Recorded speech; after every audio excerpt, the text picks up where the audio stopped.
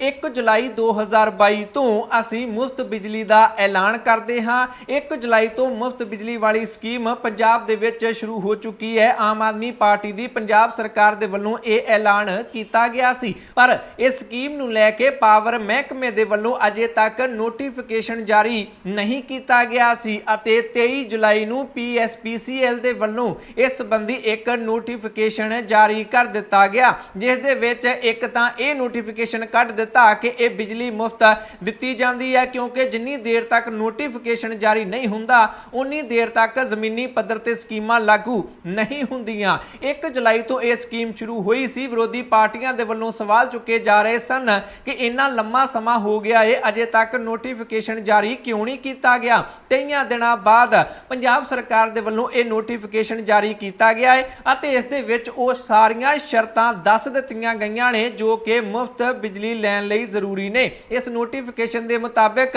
ਪੰਜਾਬ ਦੇ ਸਾਰੇ ਹੀ ਨਾਗਰਿਕਾਂ ਨੂੰ, ਪੰਜਾਬ ਦੇ ਸਾਰੇ ਪਰਿਵਾਰਾਂ ਨੂੰ 600 ਯੂਨਿਟ ਪ੍ਰਤੀ ਬਿੱਲ ਮੁਫਤ ਬਿਜਲੀ ਮਿਲੇਗੀ, ਪਰ ਇਸ ਦੇ ਵਿੱਚ ਕੁਝ ਸ਼ਰਤਾਂ ਉਹ ਰੱਖ ਦਿੱਤੀਆਂ ਗਈਆਂ ਨੇ ਜਿਹੜੀਆਂ ਕਿ ਪਹਿਲਾਂ ਨਹੀਂ ਦੱਸੀਆਂ ਗਈਆਂ ਸਨ। ਜੇਕਰ ਜਨਰਲ ਕੈਟਾਗਰੀ ਦੀ ਗੱਲ ਕੀਤੀ ਜਾਵੇ ਤਾਂ ਉਹਨਾਂ ਲਈ ਤਾਂ ਮੁੱਖ ਸ਼ਰਤ ਉਹੀ ਹੈ कि जेकर वो 300 यूनिट प्रति महीना या फिर 600 यूनिट प्रति बिल तो वध खपत करते हैं तो उन्होंने फिर सारा ही बिल भरना पवेगा।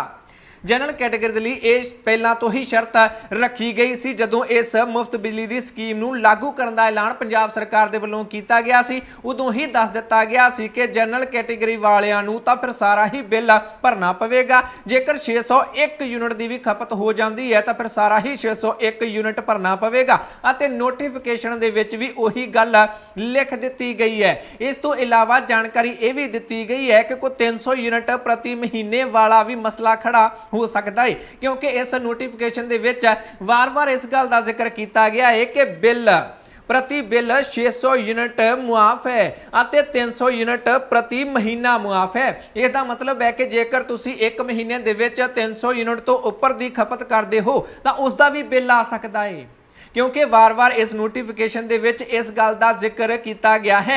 सीधा सीधा तो नहीं लिखा गया कि जेकर एक महीने दे विच तुसी 300 यूनिट तो उपर की खपत करते हो तो तुहानू बिल आवेगा, ये नहीं लिखा गया, पर वार वार जिक्र किया गया है कि एक महीने दे विच 300 यूनिट तो वध की खपत नहीं होनी चाहिए है जेकर मुफ्त बिजली लैनी है। इस नूं लैके हुण अगे सरकार दे वल्लों की रुख अख्तियार किया जाएगा उस ते भी सब दीआं निगाहां बणीआं रहणगीआं, पर इस नूं लैके जिहड़ी अगली उपर जिहड़े खपत होणगे यूनिट जनरल कैटेगरी दे वल्लों जो उपरले यूनिट खपत कीते जाणगे उन्हां ते किहड़े चार्जेस लगणगे। चर्चा चल रही सी कि 7.5 रुपए के करीब प्रति यूनिट खपत जिहड़ी उपरली होएगी उस ते चार्ज लगणगे, पर इत्थे सरकार दे वल्लों ये स्पष्ट कर दिता गया है कि जिहड़ी चन्नी सरकार दे वल्लों 3 रुपए बिजली सस्ती कीती गई सी वो पंजाब दे विच लागू रहेगी, वो सबसिडी लागू रहेगी, उसनूं कटिया नहीं जाएगा। इस नोटिफिकेशन दे विच ये गल साफ तौर पर आख दी गई है। इसका मतलब है कि जेकर 600 यूनिट तो उपर भी खपत होंदी है जनरल कैटेगरी वालियां नूं जेकर सारे दा बिल लगदा है तो फिर वो 3 रुपए घटा के ही लगेगा जिहड़ा कि चन्नी सरकार दे वल्लों बिजली दा रेट घटाया गया सी पंजाब दे विच। इस दे नाल जनरल कैटेगरी वालियां नूं काफ़ी राहत मिलण दी उम्मीद जताई जा रही है। गल जेकर करिए जिहड़े कि SC BC BPL ਅਤੇ फ्रीडम फाइटर आज़ादी घुलाटियां दे परिवार ने जिन्हां नूं कि ਇਹ ਲਾਹਾ देण दा ऐलान सरकार दे वल्लों कीता गया सी कि जेकर 600 यूनिट तो उपर दी खपत करते हैं तो सिर्फ उपरले यूनिटां दा ही बिल पे करना पवेगा। उन्हां नूं इत्थे एक वड्डा झटका लगदा जरूर दिखाई दिंदा है। SC भाईचारे नूं BC BPL ਅਤੇ आज़ादी घुलाटियां दे परिवारां नूं इत्थे दो झटके लगे ने। पहली गल तो इत्थे यह है कि जेकर 600 यूनिट तो उपर खपत करते हैं तो भरना तो उपरला ही पवेगा, पर नाल दी नाल फिर जिहड़े एक्सट्रा चार्जिज हुंदे ने वो भी लगणगे, जिवें कि मीटर का किराया भी लगता है, जिहड़े फिक्स चार्ज हुंदे ने फिर वो भी लगणगे। अते इस तो इलावा जिहड़ी वड्डी शर्त रख दी गई है पंजाब सरकार दे वल्लों SC BC BPL अते आज़ादी घुलाटियां दे परिवारां दे अगे उन्हां नूं एक एफीडेविट देना पवेगा, स्वै घोषणा पत्र लिख के देना पवेगा, जिस दे विच काफ़ी वड्डियां शर्तां इत्थे मान सरकार दे वल्लों रख दित्तियां गईयां ने।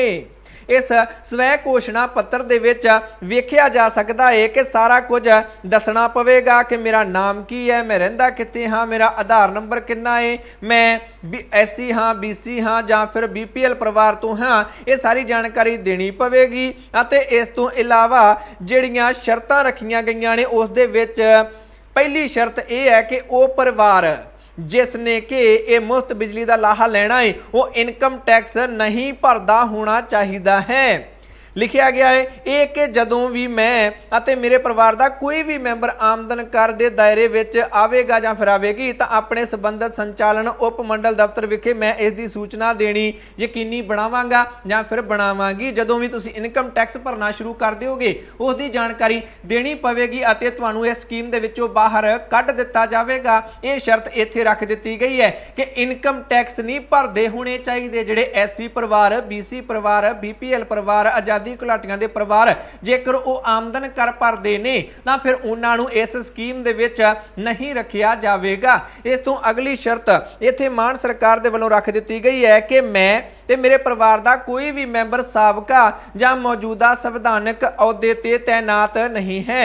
मैं अते मेरे परिवार का कोई भी मैंबर किसी भी साबका जां मौजूदा मंत्री, राज मंत्री, लोक सभा, राज सभा, विधान सभा कौंसल साबका जां मौजूदा मैंबर, म्यूनसिपल कॉरपोरेशन के साबका जां मौजूदा मेयर, जिला पंचायत के साबका जां मौजूदा चेयरपर्सन नहीं हाँ। कोई भी इत्थे लोक सभा मैंबर, राज सभा मैंबर, जिला पंचायतां दे मैंबर इस तरीके नाल कोई भी अहुदा नहीं होना चाहिए जिस दे कोल भी संविधानिक अहुदा है। जिवें कि पहला ही शर्त इस स्वै घोषणा पत्र दे विच लिखी गई है कोई भी संविधानिक अहुदा नहीं होना चाहिए किसी भी परिवारक मैंबर दे कोल। जे किसी भी परिवारक मैंबर दे कोल ये अहुदा है जां फिर वो साबका भी है तां भी इस स्कीम दे विच उस नूं नहीं रखिया जावेगा। स्वै घोषणा पत्र दे विच ये गल साफ साफ लिख दित्ती गई है। इस तो इलावा ये भी लिख दिता गया है कि मैं ते मेरे परिवार का कोई भी मैंबर केंद्र, राज सरकार ते मंत्रालयां, दफ्तरां, विभागां ते इस दीयां फील्ड इकाइयां, केंद्री संबंधित दफ्तरां, खुद मुख्तियार संस्थावां, लोकल बॉडी दा रैगूलर कर्मचारी नहीं हाँ।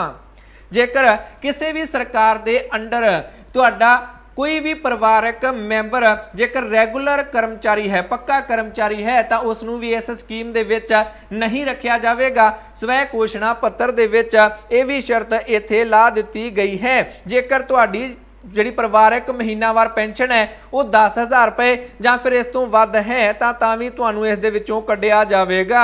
मैं ते मेरे परिवार का कोई भी मैंबर किसी पेशेवर संस्था नाल पंजीकृत पेशे वजों डॉक्टर, इंजीनियर, वकील, CA, आर्कीटैक्ट नहीं होना चाहिए। जेकर कोई डॉक्टर है, वकील है जां फिर इस तो इलावा CA वगैरह है, इंजीनियर है तो उन्होंने भी इस दे विच शामिल नहीं किया जाएगा, स्कीम दे विचों बाहर कर दिता जाएगा। ये भी शर्त इत्थे ला दित्ती गई है। ये भी लिखा गया है कि जेकर मैं ये सब कुछ झूठ बोलिया होया अपने स्वै घोषणा पत्र दे विच गलत जानकारी दित्ती हुई तो पंजाब सरकार मेरे खिलाफ कार्रवाई करने का अधिकार रखती है। एफीडेविट देना पएगा कि जेकर मैं कुछ गलत लिखिया है, कह देना कि मेरे परिवार का कोई भी मैंबर सरकारी नौकरी तो नहीं है, सरकारी नौकरी तो निकल आया तो सरकार मेरे खिलाफ कार्रवाई कर सकती है। स्वै घोषणा पत्र दे विच ये सारियां शर्तां शामिल कर लईआं गईआं ने। जेकर मोटी मोटी तुहानूं इत्थे जानकारी दईए तां जनरल कैटेगरी दे लई कोई जानण वाला खास नहीं है।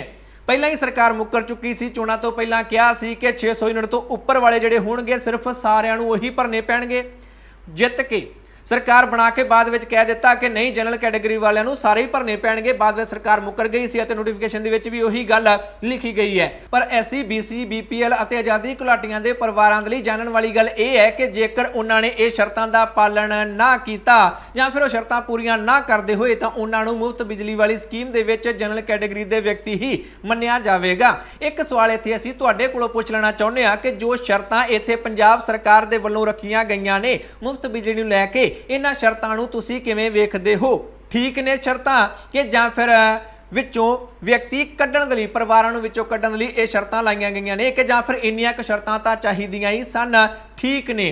तुहानूं की लगदा है? जो भी तुहानूं लगदा है कमेंट करके अपनी राय जरूर दिओ।